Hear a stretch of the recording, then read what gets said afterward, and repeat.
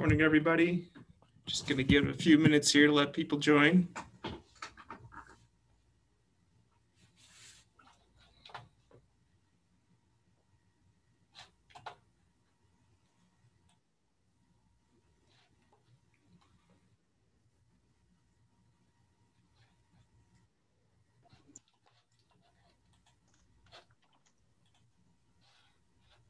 Matt has a couple of projects going out, the gas conditioning, sludge drying bed, and odor control evaluations.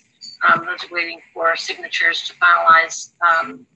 Some projects going to construction are the AC paving project and the top deck coating project. He's expecting a notice to proceed in 10 to 12 weeks. I know that he was going to coordinate with Sorry, I just muted everybody to cut down background noise, but you should be able to unmute when you need to.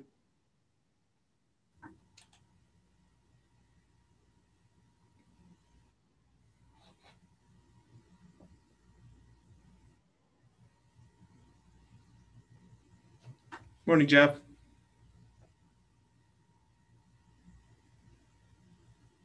Very good morning to you, sir.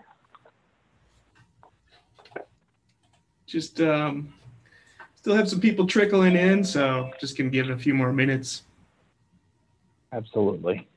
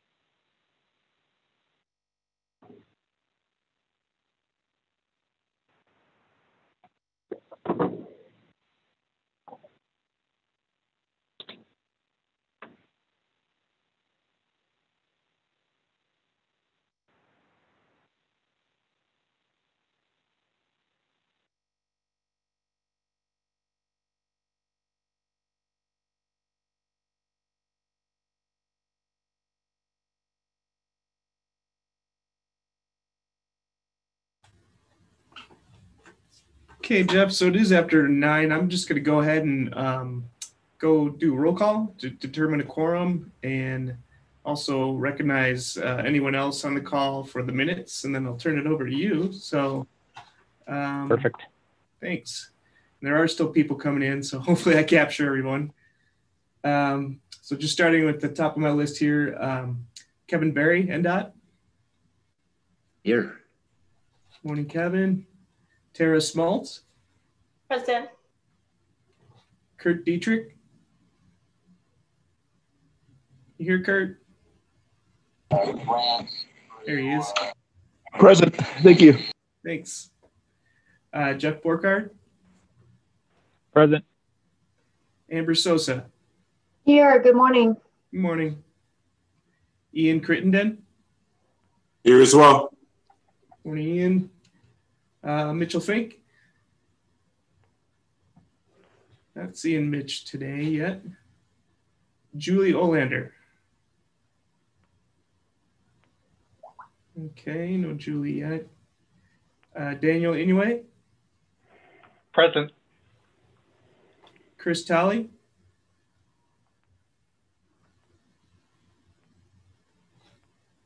I do see Jeremy on the line. I know he was going to present. Jeremy, are you kind of standing in for Chris this morning as well? I think Chris will be here in a sec, Dan. He's probably just running a little late. Okay. But no I can worries. Stand in as needed. Okay, great. Thank you. Sure. Elaine Weisman. Okay. Sandy Freund. Good morning. Happy New Year. Happy New Year. Lisa Butterfield. Lisa won't be joining us today. This is Chris with the airport. She's double booked, so I'm covering for her today. Great. Thank you, Chris. And we have Enos Hahn. Here. Morning, Enos. And I did see that Mitch Fink just joined as well. So we do have a quorum. And just to run down my list real quick, to identify any RTC staff for the record, myself, Dan Denges, Amy Cummings, Doug Malloy, Jacqueline Maldonado, James Weston, Mark Maloney, Rebecca Capular, Stephanie Haddock, Shen Wang. Did I miss anyone from RTC? Hey, Dan, this is Jim. Oh, I'm sorry. Hi, Jim. Jim Gee. And I know we have a couple other folks on the call. Looks like Kelly Mullen. Morning. Good morning. And as noted, Jeremy Smith with TMRPA. And I think that's everyone. Is there anyone I missed? Okay. Good for now. Just a reminder for everyone to please mute your microphones unless you wish to speak. This meeting is being recorded, both for the meeting minutes, but also broadcast live on RTC's YouTube channel. And if you could please just state your name for the record when you do speak or make a motion, that would be much appreciated. And with that, I'll turn it over to you, Jeff, to get it started. Thank you. Thanks, Dan. So this is Jeff Burkhart. I'll call the meeting to order. It is 9:04 a.m. on January 7th, 2021. Happy New Year, everybody. We will move right on to item number 1, which is the approval of the agenda. Can I get a motion, please?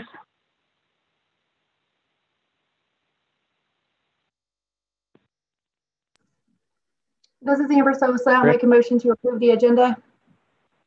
Thanks, Amber. And can I get a second, please? Second from Daniel Inoue, Washoe County Air Quality. Thanks, Daniel. All those in favor say aye. Aye. Aye. Aye. Anybody opposed?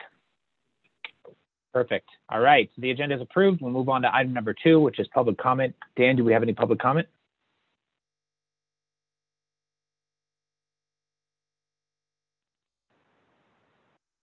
Hey, Dan, I think you're on mute. I'm sorry. We do not have any public comment. Wonderful, thanks. And so we'll move on to item number 3 without any public comment. So this is the approval of the December 3rd, 2020 meeting minutes. Does anybody have any comments or corrections before we move on to a motion? Perfect, seeing none, can I get a motion? Ian Crittenden, I move to approve the minutes. Thanks, Ian. Can I get a second, please?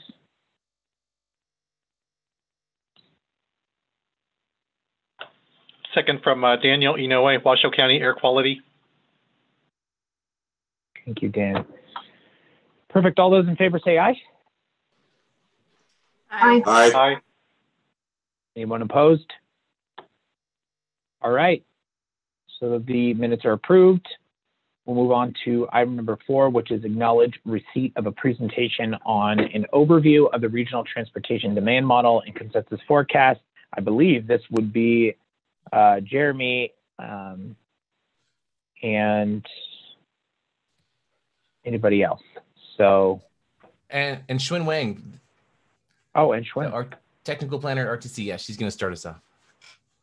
Wonderful. Take it away, guys. Okay, I'm gonna share my screen. Can you see my screen okay and hear me? Right. Yes. Yes. Yes. Okay, good morning, everyone. This is Shen Wang with the RTC Planning, and we also have Jeremy Smith from TMRPA for this presentation. We will present an overview of the regional travel demand model, and Jeremy will talk about the consensus forecast and how the land use data is forecasted. So travel demand model is a very useful tool in transportation planning.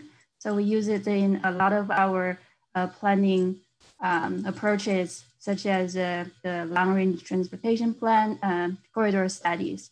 So it's typically done in a 4-step process: trip generation, trip distribution, mode choice, and trip assignment. So in practice with the evolving method and techniques, the 4 steps may not be that specific. So in reality, in RTC's model, actually, we have a activity-based model.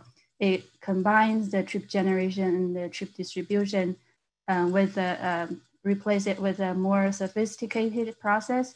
So, but in general, these are the the 4 steps in the modeling process. So the RTC model was developed in 2016 after we were done with the 2015 regional-wide travel characteristic study.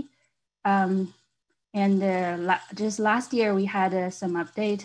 So the model will run with the latest Transcat version and also the Windows version.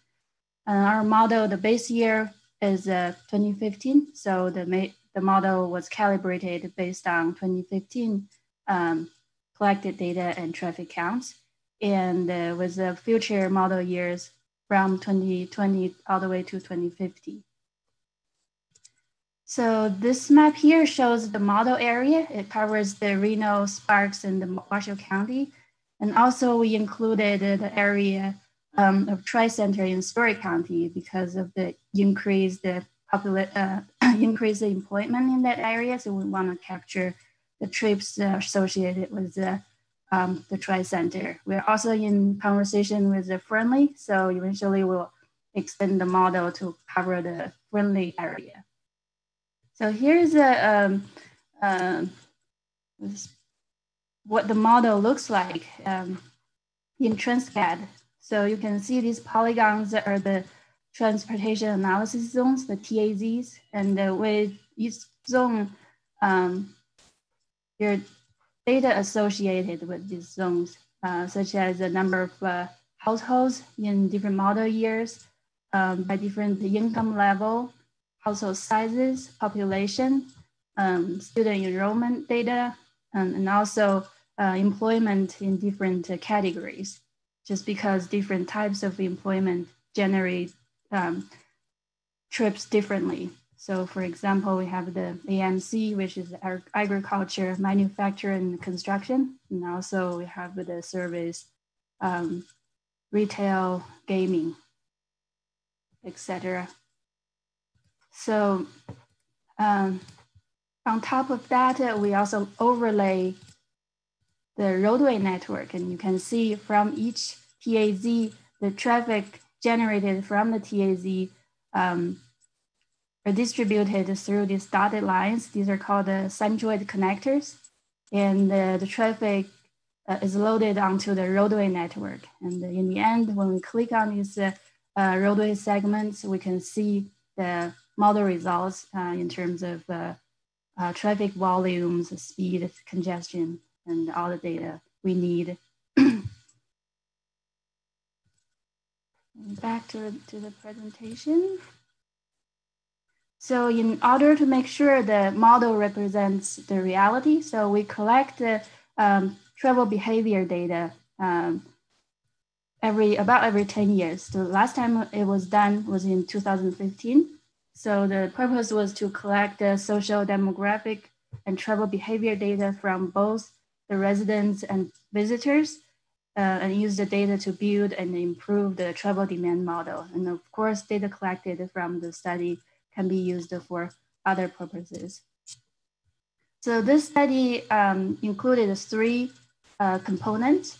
The household travel survey is focused on residents, and we also have the visitor survey, which is for visitors who stayed in our region for at least 24 hours. And then finally, we have a transit survey to provide data for the transit submodel in the travel demand model. For the household travel survey, our goal was to survey at least 1% of the total households. And in 2015, there were about 160,000 households in Washoe County. We mailed out about 28,000 postcards, and the data were collected through a two-stage data collection process. So the first stage we recruited households, participants, and asked them about their demographic data, such as how many people are in the households, income level, age, and occupation, student status, etc. And then the second stage is called the retrieval. So we assigned a travel day to these households. During the 24-hour, these participants report all the places and the locations they traveled to during that travel day. And with all the details about locations, what the travel mode they used, time, how many people travel with them. And through the survey, we collected over 2,000 completed samples, which is greater than the goal we had in the beginning. And more than 10% of these samples also were wearing GPS device to track the actual locations they've been traveled to. This is to account for unreported trips. So in the end, we were able to get a very rich data set and to help us understand how people were traveling and have a good picture of the travel patterns in the region. We also did the visitor survey, and this was done in mostly lodging locations such as hotel, motel, casino, resorts. So we had interviewers with tablets asking questions for people who were checking out of the hotel. So if they were in the region for at least 24 hours, we asked them about all the places they traveled during that 24-hour. So we collected 421 samples, and these data help us develop the visitor component in the model. In the model, we also have a transit component. So for that, we collected an onboard survey for our transit users. So we collected about 4% of the total daily ridership. So this was done also through a two-step process. First one was to do an on to off-board survey. It's basically to track where people got on the bus and where they got off the bus. So we had 3,000 pairs of these samples, and this was used to later factor the onboard survey results. So the onboard survey, we asked the people about their personal information, like their age, income level, their occupation, things like that. And we also asked about their trip information, their final origins and destinations, and these were used for calibrating the transit model. So after we collected this data in the study, we were able to develop the model. So the model represents a typical weekday in 2015 as the base year. So in our 2050 RTP development, we use the model to forecast the future traffic. So we built in the proposed improvements and coded those improvements into the model network. That way we were able to look at the traffic volume and also congestion levels with different scenarios. We can test what if we build this road, what if we improve the capacity on certain roads. So that helps us understand the impact of this improvement. Another important input is the land use forecast. So this is what Jeremy is working on. His land use forecast model will predict where growth will occur, and will use the future land use data as TAC input and run the model to look at the traffic impact. So with that, I'm gonna turn it over to Jeremy so he can go through the details about the consensus forecast and the land use forecast. I'm gonna stop sharing. Thanks, Xuan. Okay. Okay. Can you guys see the slide that says Team RP land use model? Yes, sir. Thank you. Okay, well, I'm Jeremy Smith. I'm the director of the Truckee Meadows Regional Planning Agency. Good morning, all. Thanks for having us here to talk about the modeling efforts. Take you through just kind of how we work the process to get that data into the TAZ for RTC. It really starts with the concept of development tracking and trying to understand what has been approved, what is possible on a given piece of land based on, starting with the Washoe County parcels really is where we start. And we take a look at what existing dwelling units are on those parcels. We also try to get an understanding of which lots are final map lots. We spend a lot of time over the years trying to track down and model correctly all of the planned unit development areas that are in the region. Of course, that's a moving target, so we're constantly working on it, as well as the tentative maps, which sometimes expire, new maps get approved, that sort of thing. And so we work closely with jurisdictional planning staff to try to make sure that we have the best up-to-date data. And we've been engaged in that process over the past couple of months, really honing in on this kind of underlying footprint to do this modeling into. And that's really more about the residential side, because this entitlement process gives us a bit of a blueprint in terms of residential. The employment side's quite a bit tougher, but we start with a product from a vendor called Info Group. It's a business point data. That's what I have here in this picture at the right here. And it gives not only the number of local employees, which is super important for trip generation, but also allows us to classify the jobs into the 6 RTC employment categories. And so, because it has a NAICS code, and we can use that to do that. So really the beginning of all this is to take the Washoe County parcel data and enhance it with all of the information we can that describes what's possible on a parcel or what we're expecting in terms of future development. And so we end up with something we call the TMRPA land use fabric, which has that stuff built in there. And so, for example, the picture at the right is, I believe, a picture down from an area called Sierra Reflections. It's a tentative map in the unincorporated county down in Pleasant Valley. It's been there for a long time, and it just kind of stays alive. They final map a few lots every year. But the point is that if you look in the Washoe County parcel data, which you can download at Washoe County GIS, which is great, you'll see 4 or 5 giant parcels over there. But we've actually gone and taken the tentative map and digitized in the lot block plan of roughly 1,000 units down there, so that when we're predicting into that area, we have more fine-tuned control on how those things would build out. Further, we also take all strict constraints as identified in the regional plan out of the potential capacity. So slopes greater than 30%, any federal lands, public lands, water bodies, floodways, that sort of thing. So we're really trying to get at what's really possible. And that, again, allows us to estimate that capacity of the land, typically vacant land, to support units or to support job growth.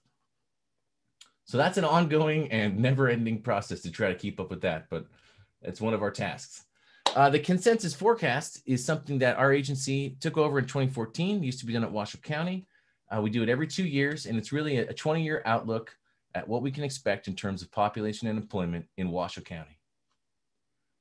It is a combination of 4 independent projection sources. 2 of them are local, the Nevada State Demographer and Sean Stoddard, who's a stats resource guy over at Truckee Meadows Water Authority, and then 2 national forecast houses, Woods and Pool and IHS Market. And all 4 of those sources give at least 19-year projection of the future. And sometimes we have to do a little extrapolation with the demographer projection, but we average these things together, and that looks like this. So our red line here indicates what we're expecting in terms of the average for the next 20 years for growth of population in Washoe County. And you can see how early on in the record, especially the first 4, 5, 6 years, there's pretty good agreement among the projections. They start to vary the further out you go, which is pretty typical. But this averaging approach really helps reduce the bias. And so in the end, we get this red line. It's a similar process for the employment forecast. These say draft, but in fact, I try to take draft everywhere else, but the consensus forecast, the 2020 version, was approved in November by the RPC. You can find it on our website. And it's also now part of the regional plan. So if you're reading the plan, you're like, I wonder how many people are supposed to come. You can just go right to Appendix 4 and see it. So anyway, it is adopted. And what we're looking at here is employment. It's kind of tricky. I'm sure many of you are familiar with the concept of total employment versus covered employment. Covered employment is a subset. It really refers to those jobs that are have unemployment insurance basically associated with the job. And it's roughly 70 to 80% of all jobs have that. But there is this 20 to 30, sometimes higher delta of things like real estate agents, sole proprietors, that sort of thing, where there isn't that employment insurance aspect. And so different agencies and different entities kind of track this stuff differently. And so this kind of subdued blue-gray line is the Woods and Pool forecast, and it is looking at total employment. It's very linear. And then down below, we have the IHS market forecast.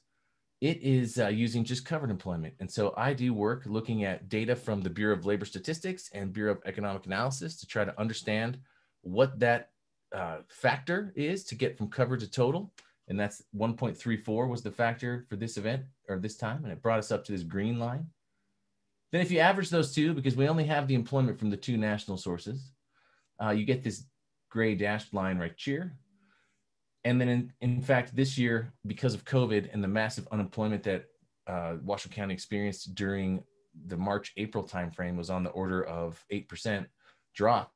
We dropped the start condition of the employment forecast by about 5% for total employment, kind of just to be conservative. So that ends up being the red line, and that's our employment forecast for the next 20 years. And so in raw numbers, that's how both of those things pan out. So here the blue table is showing overall. So right now in 2020, we've got on the order of 480,000 people in the county, on the order of 300,000 jobs. Like I say, we extrapolated out to 2050 to support the RTC, RTP that goes to 2050 this time. And so we're looking at approximately 600,000 people at that year, 2050, and approaching 400,000 jobs. And as an increment, that turns out down here that we're modeling basically 126,000 new residents in this model in Washoe County and about 100,000 new jobs. The residents use a person per household multiplier factor from the census, breaks down to about 50,000 units, new dwelling units. So really, when we're modeling the future population, we're modeling future dwelling units, and then we're applying a person per household modifier to that because there is really no way to count all the people. But you can count dwelling units. So it's something empirical. So we do that. And we also forecast dwelling units. So we're shooting for 50,000 dwelling units and about 100,000 jobs. Okay, so that sets the targets basically for the forecast. And that's based obviously on independent work that's done by others and then averaged together.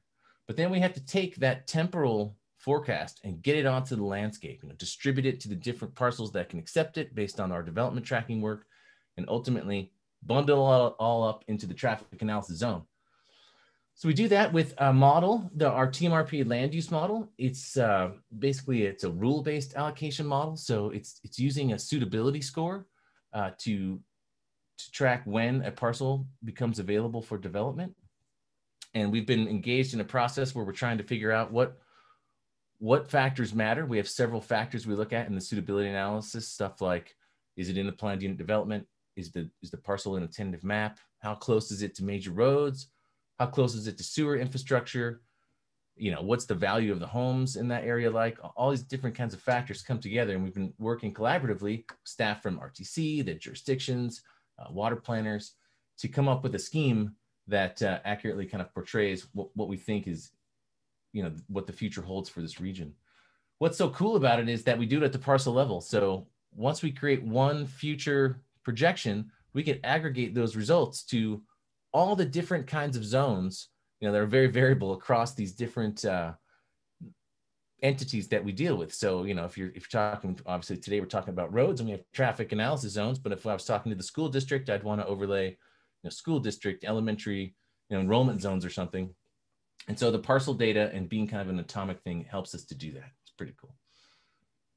And just one more point on that, it also keeps all these future planning efforts on the same page if we're using that same projection and just aggregating to our different areas. So that's very helpful. This is kind of an image of where we're going with the suitability. You can see the black outlines, the TMSA. Bluer, darker blue colors are more suitable, with red being less suitable. This work we've been doing builds on work we've done over the past, both for the regional plan update and in our housing study. And there's quite a bit of information in the housing study available on our website if you want to kind of dig in on how we go about doing that. One other interesting, there's been some changes this year because we have a new regional plan and we have kind of a new scheme on how we approach development in the TMSA. And so I'm going to get to that in a sec. But another change is that we we've implemented four ways to approach modeling these futures based on not sort of our decision to do that, but the fact that this is how they exist and how we understand them in the system, right? How they've been approved or how they're modeled. Directed units are those units that jurisdictional staff have indicated are going to happen. So an example might be some of the Jacobs properties in downtown Reno have been identified that these areas have been purchased. They have plans for certain things. We've heard from staff, they think they're going to go forward. And so we want to make sure those units are going to be realized in a way that matches the boots on the ground understanding of what's going on at the jurisdiction. So we try to realize those directed units first. Then we have three other categories. The mixed use category is an interesting one. I think the mixed use zoning is really good in many, many ways, but it's difficult from a modeling perspective because it's such an open-ended kind of zoning category. Could be residential, could be non-residential, might realize a lot of potential, might not realize a lot of potential in terms of dwelling units. And so we do a process we call attenuation, where we look in a neighborhood around the vacant parcels in the mixed use zoning to see how other mixed use parcels nearby have performed in the past and developed. So were they mostly residential parcels or were they predominantly industrial? And so if that's the case, that's going to weigh on how many units we think a vacant mixed use parcel in that area nearby would be able to bear. And so through that process, we knock down the potential from around, I think if you maxed out all the mixed use parcels that were vacant in the model right now, you get on the order of 40,000 dwelling units, but we're actually tamped that down to around, I think, 10 to 11,000. So that's one approach there that helps us, I think, be more realistic about those areas. And then we have two final areas. So if we don't know from the jurisdictions what's going on, it's not a mixed use area, we either have a digitized lot block plan, as I showed previously, or we don't. We have like big blobs. And these blobs have certain, areas, densities that are approved and potential unit growth. So we have two other categories that are used to basically fill in the rest of that vacant land. This year, as I mentioned, the regional plan update, we added a new concept called tiering, right? Where we're really looking to promote growth and investment in infrastructure in the darker blue areas of this map into the core. That very dark blue area in the center is called the mixed use core, surrounded by the kind of next shade of blue, tier 1, which is predominantly the McCarran Ring and some of the old transit-oriented development corridors up to the State Airport, down to the Summit Mall. Then you have that sort of teal color. That's kind of a suburban signal. That's tier 2. And tier 3 is the gray area inside the TMSA, which really we've tried to set aside for not a lot of master plan land use change and go with the developments that are sort of there. Or if it's sagebrush and the infrastructure is not there, let's hold off on turning that on, really trying to focus and limit sprawl with this tiering mechanism. Finally, we also predict a little bit outside the TMSA. There's a little bit of growth always in the rural area. So we wanted to capture this new regional approach and kind of take the jurisdictional overlay off and really try to be modeling at a very regional level. And so we chose to model into these 5 tiers, basically. And so looking at that, we've got quite a bit of information about what's going on in these tiers over time in terms of dwelling unit development, for instance. You can see the tiers on the left. If the first column here is the total dwelling unit share. So if you look back to 18, whatever, and we've tracked, how many units have built in each of these areas, you can see how that breaks down. Tier 2 by far has the most, but inside the McCarran Ring in that tier 1 area also has quite a few units. That's the overall share, but as you build a community, you fill in the space. And so the potential becomes, in some of these areas, less.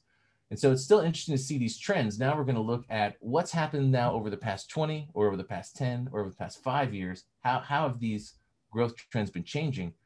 Pre-recession, this community was pretty suburban focused, right? We're building a lot of single family towards the edges, money ranches of the world, that kind of thing. Pre-recession. Post-recession, there's been a huge multifamily signal that's been an uptick, and there's been more emphasis on the core. And you can see that here in the data. So let's take tier 2, that's our suburban tier. If you look at 20 years, roughly 68% of that of the growth occurred in tier 2. But you can see as you look back in the more near term, less and less of the growth is occurring in tier 2. And in fact, you'll see a different trend in that mixed use core. More and more growth is occurring in the core. This is a great signal. We like it. It aligns with our regional policies and the regional plan. to try to promote that core focused growth, to optimize the investments we've already made as a community. And so we want to mimic that in our future share that we're proposing, in the model. And so basically 13% is slated for the mixed use core, 17 for tier 1, 60 for tier 2, 9% for tier 3, and 1% for the rural area. It ends up being sort of a 30-70 split in terms of those two really core focused areas, and then the rest. By far, we have the most potential in the tier 2 area. That's where the entitlements that we have are. But like I say, we're seeing these trends, and we want to double down on our policies, and we want to promote growth in the core. And I will say that this, since I've been working here, I guess it's been about a decade now, this is by far the most core focused projection that we've done.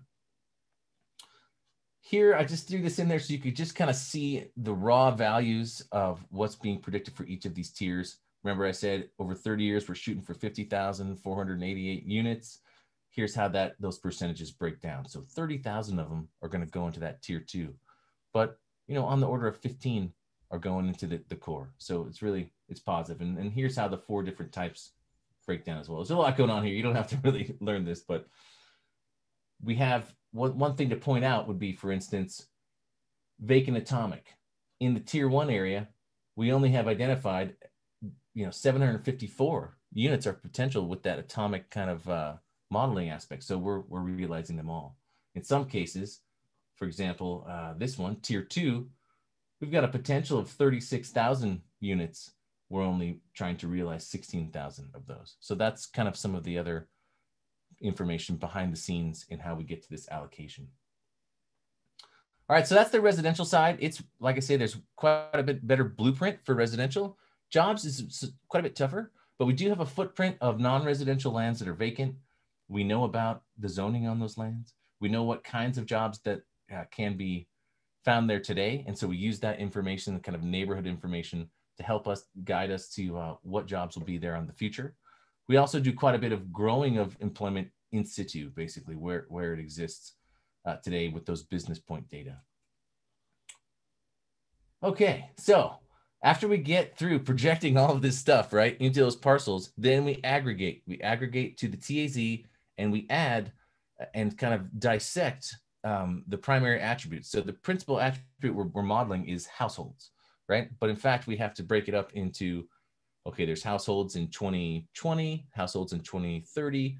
If you got 14 households in 2030 in a given traffic analysis zone, you also have to understand how many are household size of 1, household size of 2, what's the age breakdown, that sort of stuff. So we have used census data to help guide that household distribution, and we cast that across this entire traffic analysis zone layer, basically. And I think Schwinn pointed out that the attributes are in there.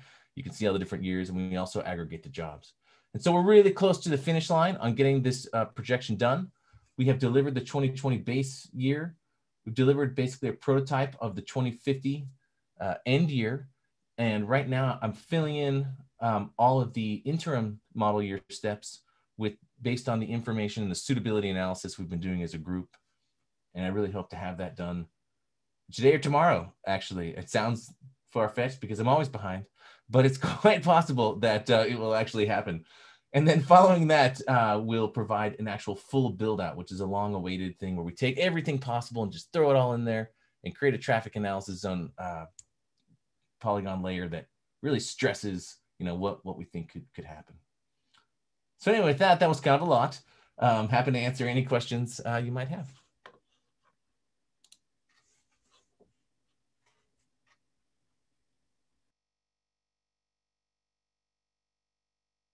I put you guys to sleep, didn't I? It was like, guys, talking about numbers and stuff. It's morning.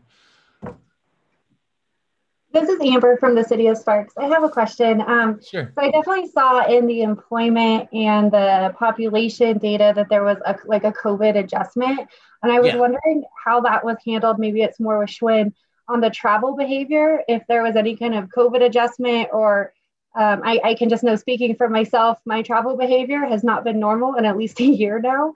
So I would expect that. And we're definitely seeing that in Sparks. So I just was wondering how COVID played into the overall model. Yeah, so the model is more for a long-term forecast. So the model parameters were calibrated based on the 2015 travel characteristics study. So all those correlations we assume carry over to the future. So it doesn't necessarily consider any special event such as last year with the COVID. In terms of the, oh, sorry, go ahead, Amber. Oh, no, go ahead, please. I was just saying thank you. Oh, sure. Well, you know, we looked pretty close at the two projection curves, you know, population and employment. We didn't see any sort of real, I mean, housing values are still going up super high. You know, people are still in-migrating to this region. And so we didn't actually adjust our population forecast, but we couldn't ignore the massive drop in employment that happened, or drop in employment in March, April. So that's why we kind of adjusted the employment side. And I just want to say that people's travel behaviors do change, especially maybe we're thinking after this COVID situation, how many people are gonna keep working from home, or more people are there gonna be more people working from home? So that's why we do the travel study about every 10 years. So that way, once we recalibrate our model and then we redo the travel studies, we can reflect the changes in people's travel behaviors in the long term. Great, thank you guys. Thank you. This is Tara Smaltz with NDOT. A question for you, Schwinn, is you had mentioned earlier in your presentation about the model incorporating Fernley. Do you have a timeline for that or anticipated time frame? We have talked with the Fernley for a while now, and now we're moving forward. At this point, I think Fernley is going to bring a contract proposal sometime in February. So we have talked with the model developing consultant, kind of figured out a structure, how it's going to work, how we're going to work together as a team, things like that. I think the timeline is going to be roughly February, and then maybe adding a couple more months just to get everything ready and stuff. So April to June timeframe, we'll have it started. Thank you very much. Thank you.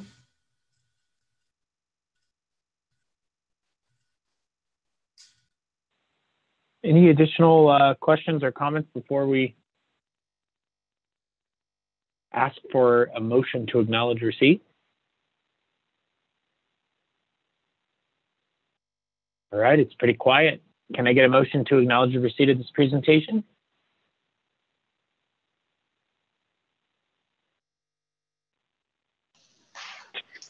So moved. Daniel Inoue, Washoe County Air Quality. Chris Tolley, Team RPA, second that. Thank you, Chris. All right, all those in favor for acknowledging receipt, say aye. Aye. Aye. Aye. Perfect. So we'll move on to, thank you very much, Jeremy, and thank you, Schwinn.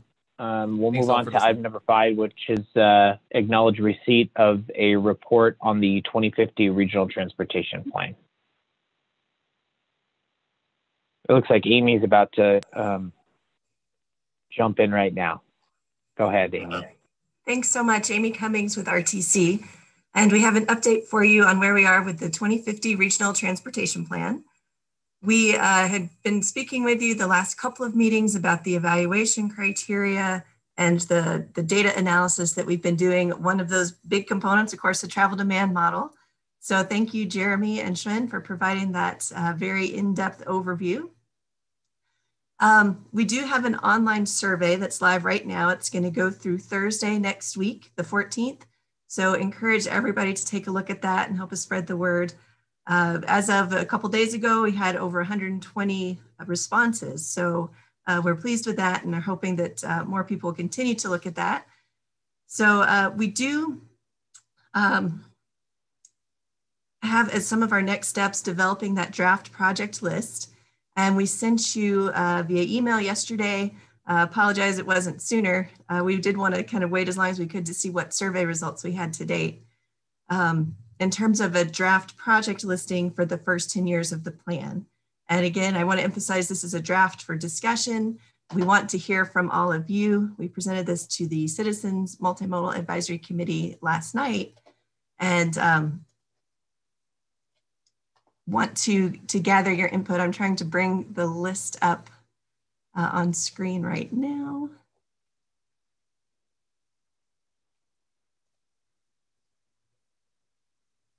Which is not showing up as an available option. So apologize for the delay here. Hey, Amy, it's Dan. I'm not sure why that is, but I'm going to make you a host or co-host, and maybe that'll allow you to do that. Bear with me just a second here.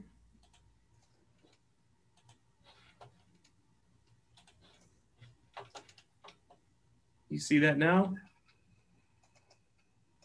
Yes, thanks. Sure. There it is.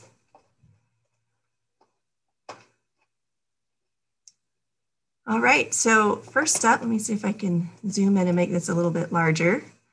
Again, a preliminary first cut for purposes of discussion. And I know you've all just seen this, so I don't expect everybody to have all your comments ready today.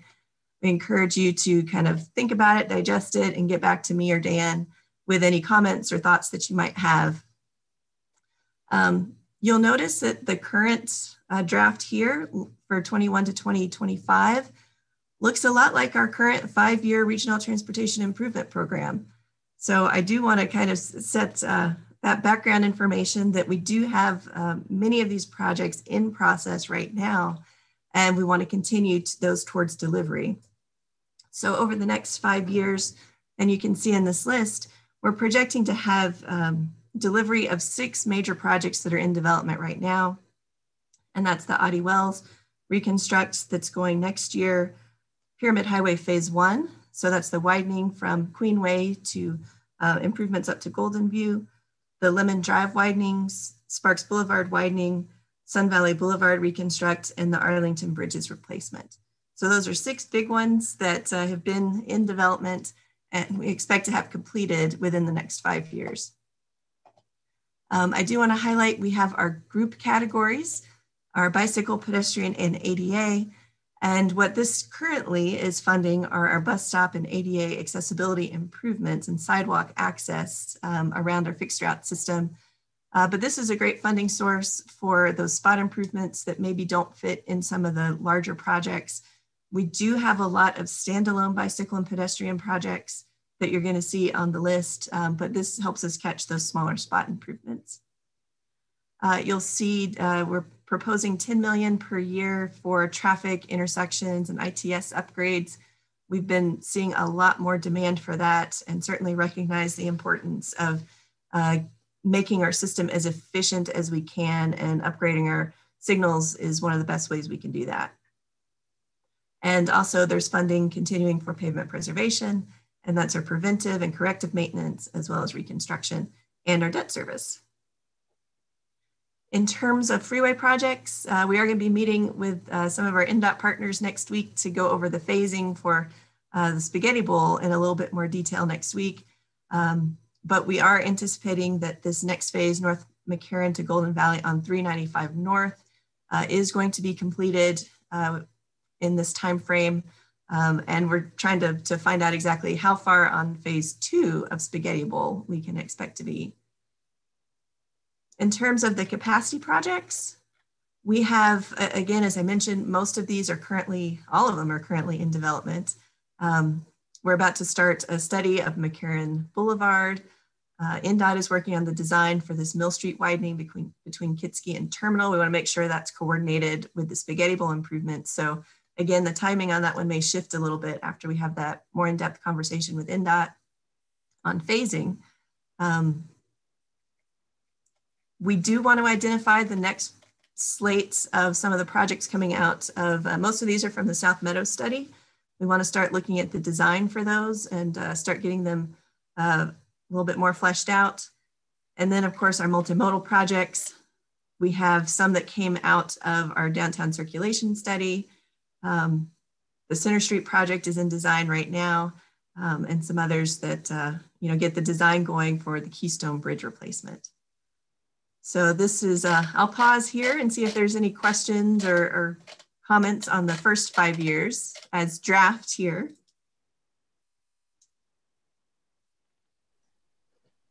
Amy, you mentioned that this is the first time that we're seeing this. Are you going to be able to send these out to the group so that we can think about them? Yes.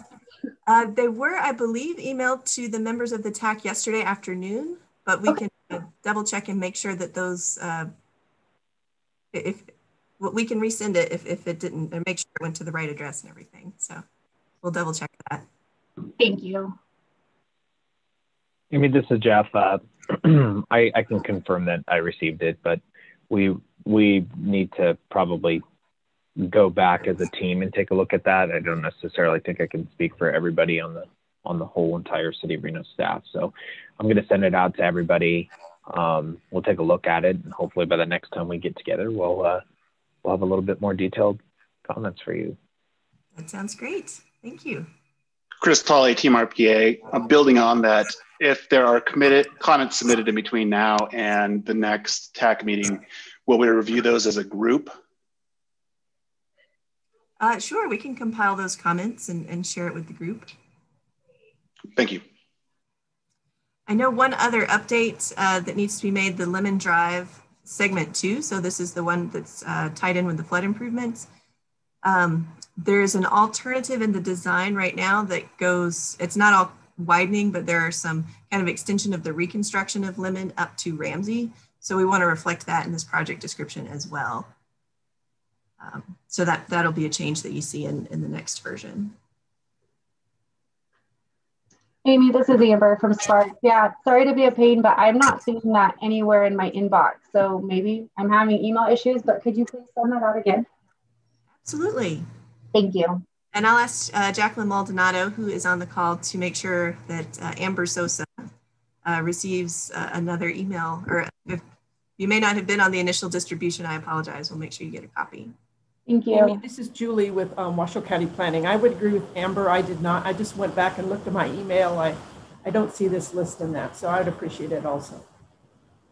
Okay. And Jacqueline, if you could follow up there as well and just check the whole roster to make sure it was sent to everybody.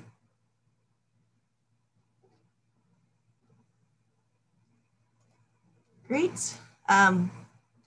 Well, since I pulled up Pyramid 395 connector, I did want to highlight this. I know some of you may not be familiar with the different phases because you will see Pyramid Highway on multiple line items in the RTP.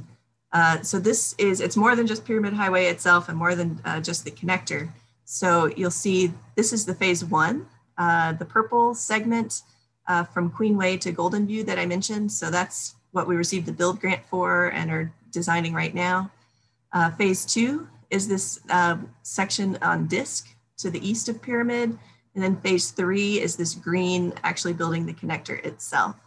And then following that, there's widenings all the way up to Calle de la Plata. So it's a complex of projects that really are going to be implemented over, the next 20 to 30 years, but wanted to give everybody some background on those phases. And I will pull up again our draft for years 2026 to 2030, continuing with funding the group categories. Anticipating that NDOT, or they've let us know that Golden Valley to Stead on 395 is going to be next in their pipeline for 2026, and want to advance the additional improvements from Clear Acre to Par, as well as whatever future phases of Spaghetti Bowl will be in this time frame. Most of the capacity projects here are currently in our RTP and in the 10-year capital improvement program. I'll just highlight some of the new ones, and some of those are coming out of the South Meadow study here on Damani Ranch. Virginia Street, oh no, sorry, that one's already in there. Pembroke, due to the increased traffic as a result of Veterans Parkway being opened. We've got the completion of Sparks Boulevard. That's going to be 2-year construction phase that we expect to be split over 2025 and 2026. Steamboat Vista Boulevard is another one that's new to this plan as well. And in terms of multimodal, again, many of these are in our current plan. One of the new ones is Gregg Street. Let's see, and we also need to clarify that 4th Street, the first one here is in Sparks, the second one is in Reno. So we'll make that updated so it's more clear for members of the public. Improvements on McCarran, and again, we're going to be doing that McCarran Boulevard corridor study, so we'll have more detail on these over the coming year that we can amend in here if needed. The Rock Boulevard enhanced sidewalks is a new one for this plan, and the Sutro multimodal from McCarran to Oddie. So I think the rest of them will probably look pretty familiar to everybody. But again, we will make sure that everybody who's on this call gets a copy of this PDF, and encourage you to just look it over, digest it, and reach out to us with any comments that you have. We are planning to be in front of the elected bodies. We'll be in front of Washoe County Commission next week, and the week of the 21st or 23rd, we'll be in front of Sparks and Reno. So those will be coming up.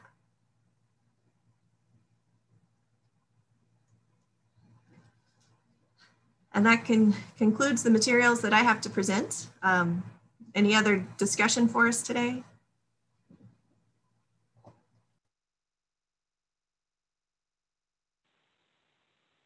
Well, it sounds like there's no further discussion. Thank you, Amy. Appreciate it. So with that, do I have a motion to acknowledge the receipt of the report? This is Julie Olander with Washoe County. I acknowledge the acceptance of the report. Thank you, Julie. RPA second. May I have a second? Thank you, Chris. All those in favor say aye. Aye. Aye. Aye. Aye.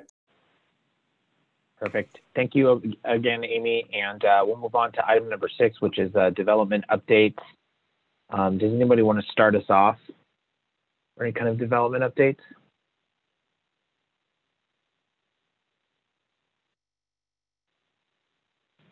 All right, seeing nobody, I guess I'll jump in here. One of the large projects that we've been talking about for many years, Prado Ranch, directly related to the Lemon Valley improvements, especially on Lemon, and the flood control items is going to the City Council next week for discussion. It's kind of been on hold for a little while, so that's coming back to City Council. There'll more than likely be some sort of final decision, or either remand potential back to Planning Commission. Either way, I haven't heard anything more than that beyond them going back to the City Council. That's the only large one that I can think of that is recent in our mind. So I don't know if anybody else has any other further development projects, but. Jeff, this is Sandy Freund, Washington County School District. Is Daybreak also going back on appeal? Yeah, there were two of the Daybreak. There were 3 villages that came forward. 2 of the 3 were appealed and are going sometime, I believe, in. Actually, I think those are going on the 13th too. Yeah, that's what I saw. All right. And yeah. The Prado, what's the big hang up on that one, if you don't mind me asking? Industrial in the middle of a residential neighborhood. Oh, that would be a hang up for sure. Okay, thank you. The Daybreak ones are being contested over a specific transportation issue, which is the future extension of South Meadows Parkway up into the Sunny Hills Ranchos area and potential connection over into Story County. So that's going to be a point of discussion. Got it. Thanks. The other one was the Santera Quillisi, and that one got appealed, and that one will probably be heard in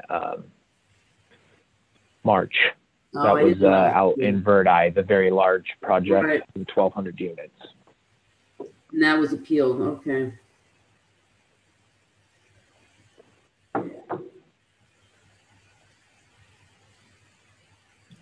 Anybody Jeff, else? this is Julie with Washoe County Planning. I think I mentioned it last month, but 111 units were approved out in Cold Springs as attached units. So that was approved by Planning Commission this week. But that's all I have to report from Washoe County. Thank you, Julie. Any other ones before we move on to member items?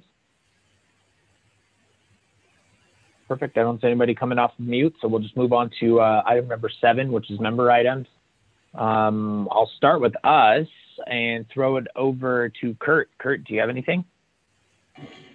Sure, absolutely. So as far as traffic engineering goes, so we doing some ongoing work with the RTC signal retiming project.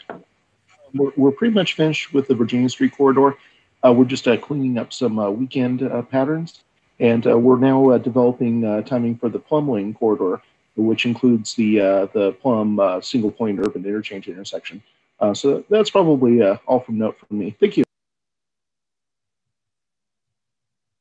Thank you, Kurt. We'll move on to Reno Tahoe Airport Authority. I think Chris was sitting in. Yes, nothing to report for you guys today. Perfect. Move over to City of Sparks.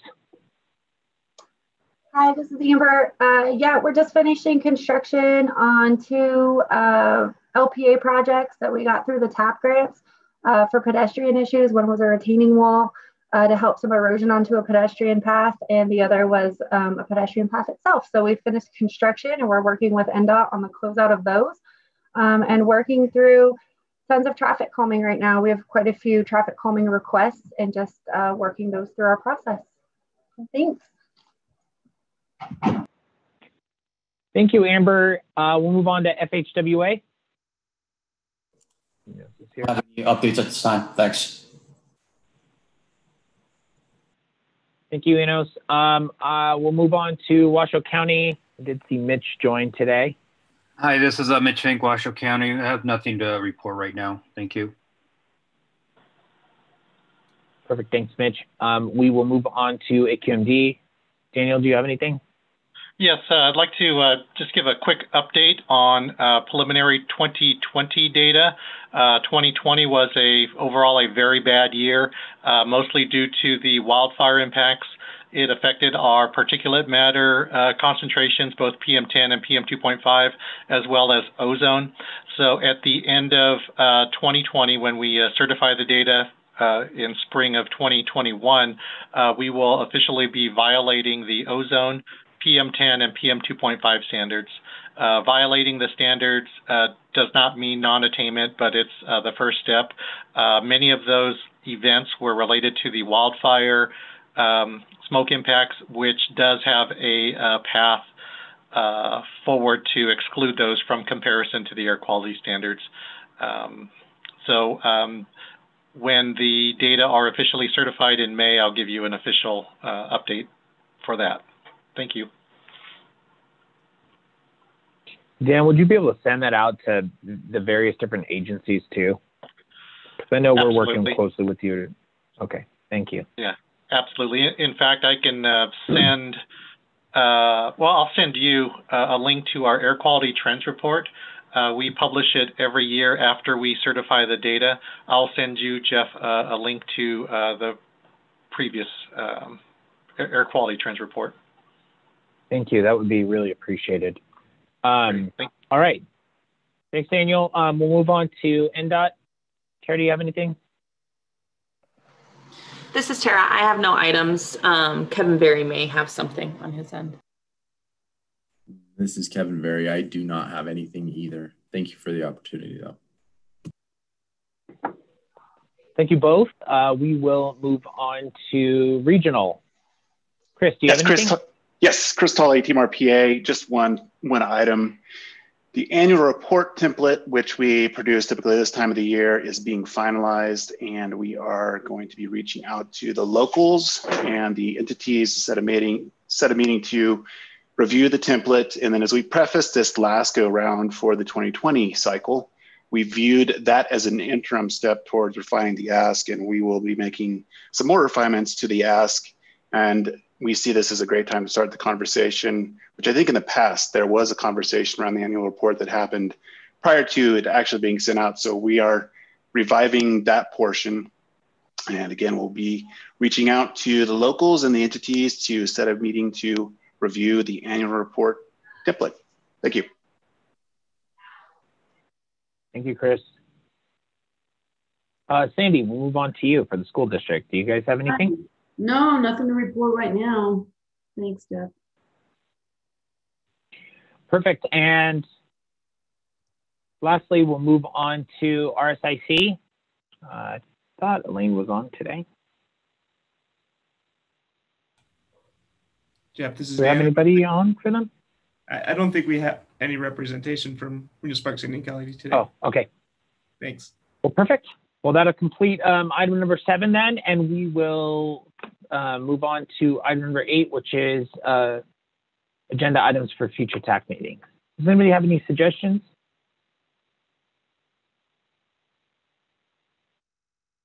No? What about from RTC? Do you guys have any upcoming items that that we can expect? Well, I think the RTP will kind of be a standing item until it's officially adopted. So more to come on that as we discussed and Amy presented. Other than that, nothing specific for February, but just I'll just throw it out there. We will be, as it gets further into the spring, be looking to update or I guess draft a new unified planning work program. So we'll be doing kind of a call for projects and studies for that document. Perfect. Thanks, Dan. Since there was no actual suggestions, I think we don't need to really take action on this item. Then we'll just move on to item number 9, which was RTC staff items. Dan, you started to touch on it a little bit, but I don't know if you have any more informational items for us. I don't personally, but I would turn it over to my colleagues at RTC to jump in if they do. Hey, Jeff, this is Bill. Quick question, because I got on late, but Stephanie, have you updated people on the status of the fuel tax and what's going on with that?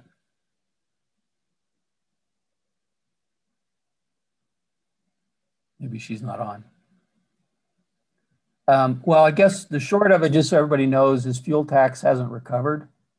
It's still down to flat year over year and still under budget. So we'll keep reporting if we see any changes. But when we closed out last year, we were about $6 million under budget as far as program planning. And as all of you know, we do our project planning based on projections of where revenues are going to come. And I want to say it's like 48% fuel tax. So every dollar we don't get in fuel tax is impactful to our ability to get projects done, being compounded by the fact that the costs go up for each project. So just an awareness, nothing specific. The other thing is we are going to be moving, if we didn't talk about it earlier, into updating the RIF program. And there's some things that we're going to be looking at that we will be talking about if we haven't to the RIF TAC in terms of issues we're going to try to resolve. And then lastly, I would share with everybody that it's pretty clear to us from our check-in at the federal level that climate change is a big issue for not only administration, but Congress, and that infrastructure and transportation are big issues too. And so we're watching that to see how those two interface and what that might mean to us here locally in terms of strategies and projects. And we'll be looking at a point when we know what it looks like for some support and clarity from all of the regional partners on our strategy to make sure that our community is best positioned to benefit from any funding or projects that come out related to climate change and transportation in particular.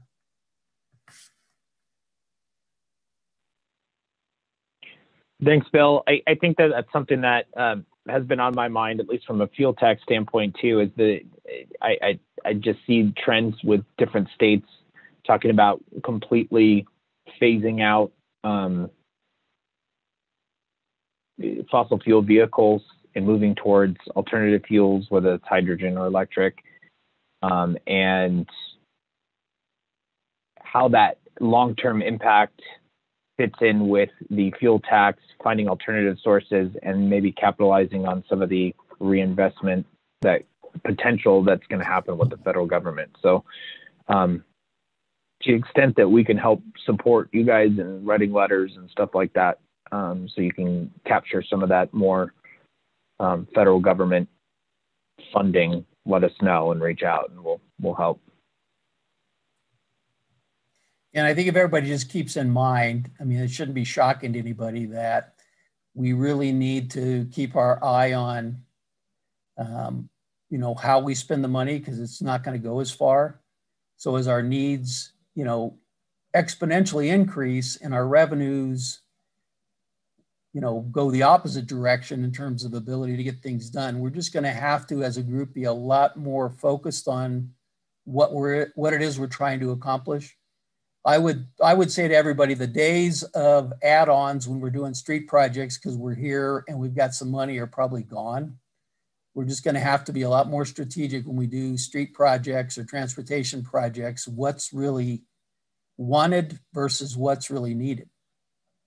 And, you know, some people aren't going to be happy when we have to make those tough choices, but unless the fuel tax world starts turning around and going a different direction, that's probably the reality. I don't see anybody coming to the rescue on the money side before it's a crisis. That's just my personal observation.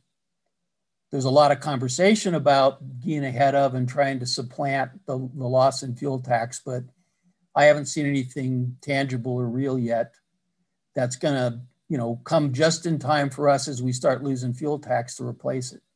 Because even if you go to a road charge or other things, you're going to have to figure out a system to assess it, collect it, distribute it. That's very different from the way the world works now with fuel tax. So those things are going to have to be worked out.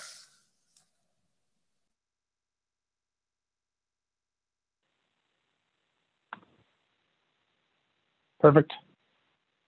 Well, I'm assuming that with Bill's comments, that nobody from RTC has any more comments.